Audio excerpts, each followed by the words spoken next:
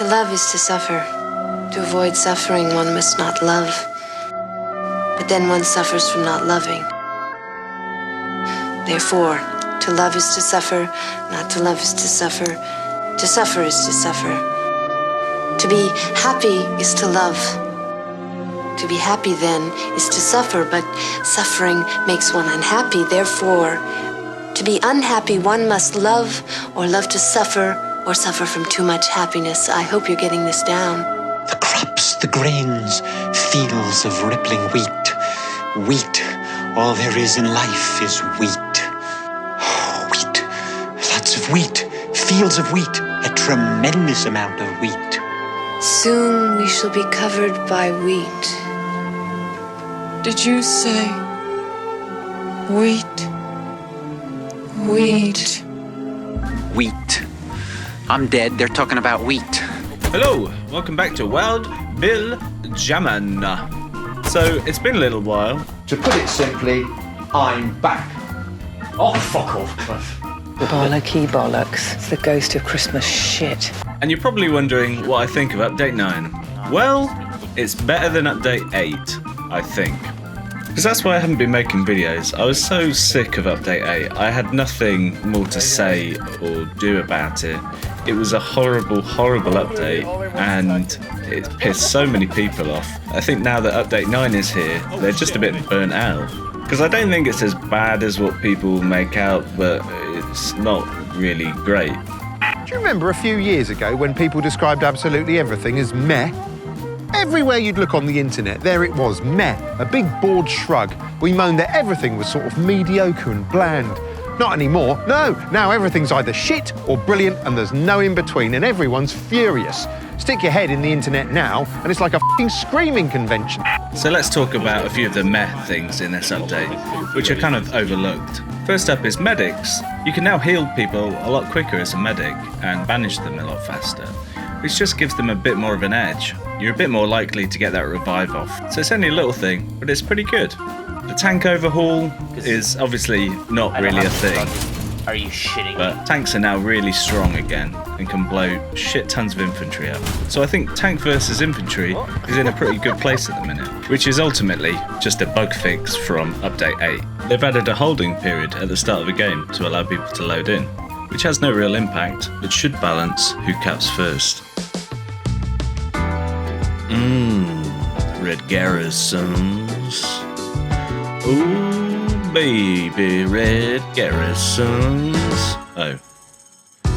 You got 100-meter radius. And you cost 100 supplies. Which, baby, is frankly quite annoying. When they're easy to find. Girl, why you gotta play me like this? Okay, I'm not gonna do a whole song about garrisons. I'm not that cracked. So let's just get it out of the way. The 100-meter radius thing is just too much. It means that you can't use the garrisons to progress. You can only use them as really wide flanking garrisons. So the game still massively favours the team that caps first, because you can just mass redeploy on the defence. And as we've seen from the U8 seasonal competition, you had an 88% chance of winning the game if you capped first, which is the equivalent of, say, a football match and you're walking out onto the pitch and someone just bangs it in before the game's even started and it counts for 2 goals. I think Black Matter really need to look at that stat and go, how do we get it down to 50-50? Or as close to it as you can. And with all this garrison stuff that I bang on about, we say how important garrisons are. And I think this is because I've been looking at garrisons in the wrong way. Garrisons are just really overpowered. They need nerfing, if you like. So the thing is, they've been trying to balance them in terms of how far apart you can put them and all these different rules. But the fact is, you can just spawn too many people on them. So that's why you get these stalemates, or you get these steamrolls. Because to take a point, you have to really wipe out all the enemy team's garrisons near the point. And you have to do it within about a minute, because they can spawn on a garrison and then just like rats, go and build another one. And on a map like San Mariglis, it's really difficult to find them because there's so much cover inside the town, but not outside of it. And all the problems that came in Update 7 were pointed out by community legend C-Dub before Update 7 even came out. And he thinks the only way forward is to cap the amount of people spawning on garrisons. And we finally got an answer why they're not doing that. And it's basically because they didn't know how to make a queue system for a garrison that you could opt out of. And I'm sorry, but that is just a little bit of a rubbish excuse. And it also says there that they tried to increase the spawn wave timer, but actually you could decrease it. So you'd actually have less time sat in the menu. I don't normally suggest things doing these videos. I normally just take the piss and critique. But surely this answers loads of questions and will make the game far more balanced and far more about defending tactically, rather than just respawning on a garrison when you're about to lose a point. And I'm actually having a lot more fun in Update 9 defending, because there's action all around now, rather than just coming from one direction.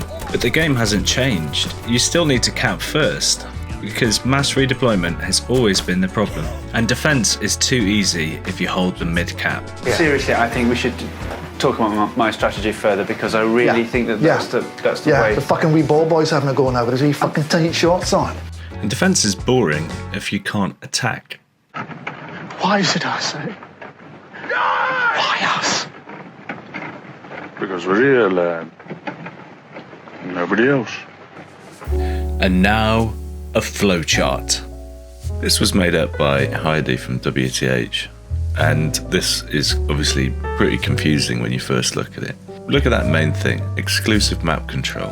That is the cause of all these problems. Every single balance they've tried to put in Hell Let Loose is because of this exclusive map control. And why did we get the exclusive map control? It was because of ninja garrisons. And what are ninja garrisons? It's mass redeploying. And can you still mass redeploy? Yes, but only on defensive garrisons.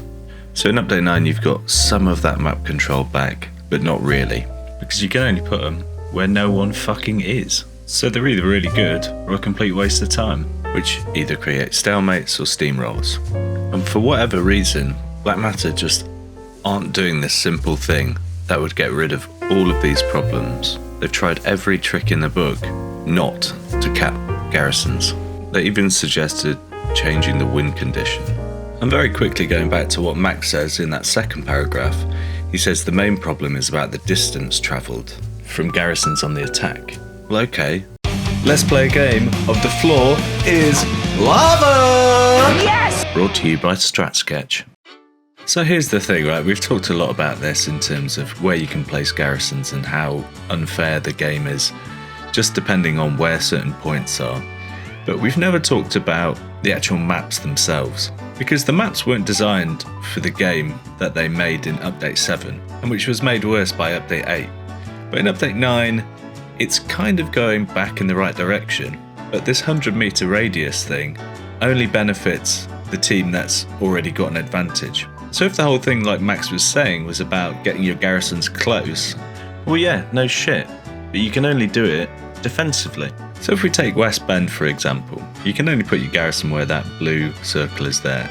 And so you push up through the woods and you want to build an advancing garrison so you can carry on your attack and push forward.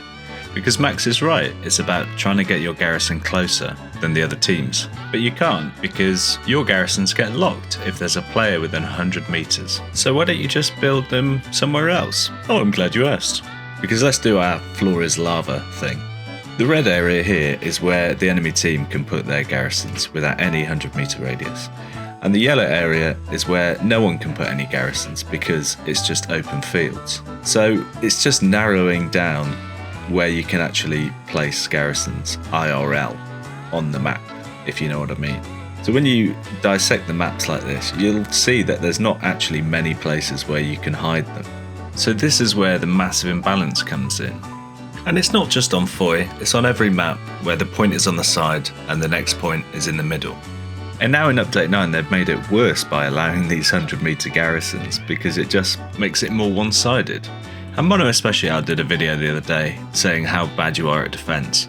But it's not that your defense is bad, It's because the maps are completely broken with this meta. That's why in competitive games, no one plays on foy. Because if you look at West Bend, you're going to get bottled up there, and the enemy team can just drive a truck around the whole map, plonk a garrison down, GG. They're going to cap it before you can get anywhere close to West Bend. So this explains why you've got all this grass and shrubbery and shit like that. But you can't do that in foy because it's winter. You can't just put grass everywhere. And also it doesn't work.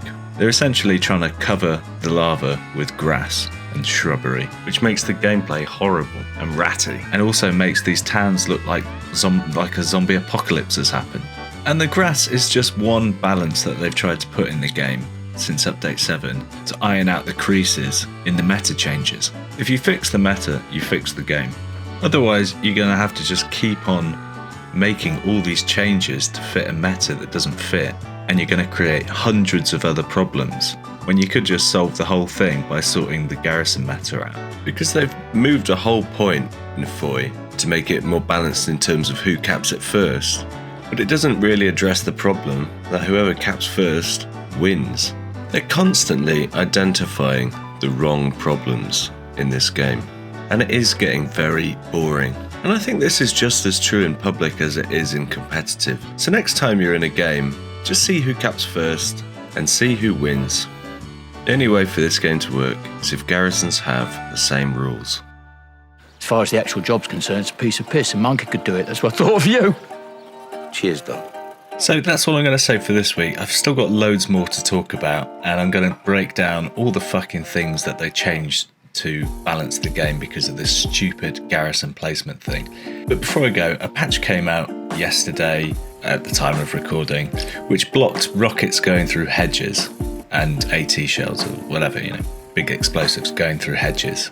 And I feel like I have to take some responsibility for that because I showed a video of one of the Exodus guys, Wasabi, just blowing up garrisons from miles away. The reason why he has to do that is because you can't get close to them because they spawn on it and gun you down. The problem wasn't that he could shoot through a hedge, it's because he could do it from 150 meters away. And you can't call in artillery to get rid of it because they nerfed that as well. And why did they nerf artillery? It's because the garrison placements were so easy to find because it was predictable. And why are they predictable? Because of exclusive map control. And why have you got exclusive map control? Because of ninja garrisons. And what are ninja garrisons? Mass redeployment. And are mass redeployments still in the game? Yes, but only defensively. So there's a little taste of what's coming up in the next video. Hope you enjoyed this one. Again, sorry it's a ranty, boring one, but I honestly can't talk about how to play this game well because you literally just need to cap first, and that's how you win 88% of games. Is it different in update 9? A little bit, but not enough. If you get West Bend, Bizroy Foy Road, go fuck yourself. Because apparently it's your fault, not the game's. I would like to tell you all that I'm resigning. Is that it? No.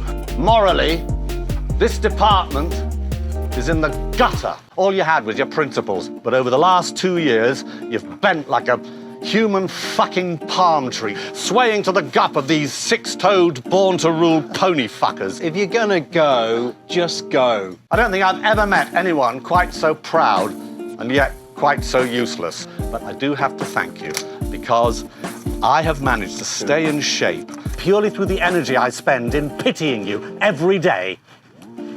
Glenn, you're just embarrassing yourself. Fuck you all up the wrong un. Ta-ta! Bye-bye! That was better than IMAX Inception. Poor Glenn. Should we try and get him back? Fuck no.